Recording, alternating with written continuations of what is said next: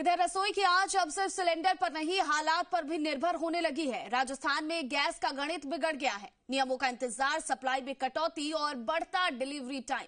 यानी अब सिलेंडर खत्म होने से पहले नहीं बल्कि सिस्टम के हिसाब से खाना पकाना होगा।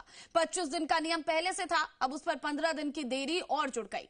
ऐसे में हर घर के सामने वही सवाल, गैस पहले खत्म होगी या सिलेंडर पहले पहुंचेगा? ये रिपोर्ट देखिए। राजस्थान में रसोई गैस अब सिर्फ एक जरूरत नहीं बल्कि हर घर की टेंशन बनती जा रही है। आम उपभोक्ता पहले ही नियमों में बंधा हुआ है।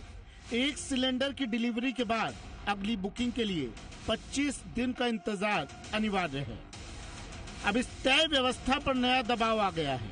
तेल कंपनियों ने सप्लाई में करीब 20% कटौती का फैसला लिया है, जिससे पूरा गणित बिगड़ गया है।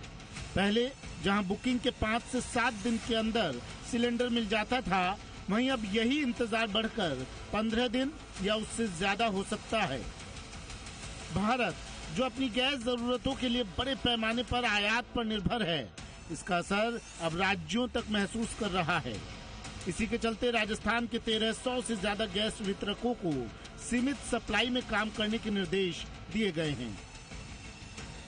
जो नॉर्मल सप्लाई होती है नॉर्मल डेज में, पैनिक बुकिंग के पहले जो सप्लाई थी, उस सप्लाई के आधार पर 80% सप्लाई देना तय किया है कंपनीज ने।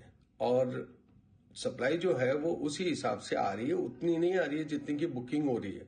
और बुकिंग ज्यादा हो रही है, सप्लाई कम हो रही है। मैं पहले भी बोल चुका हूं ये बात, इसलिए ये जो लाइन है ये कम नहीं हो रही है। जो 4-5 दिन की थी वो बढ़ के 6 दिन तक हो गई है, 7 दिन तक होने लगी है।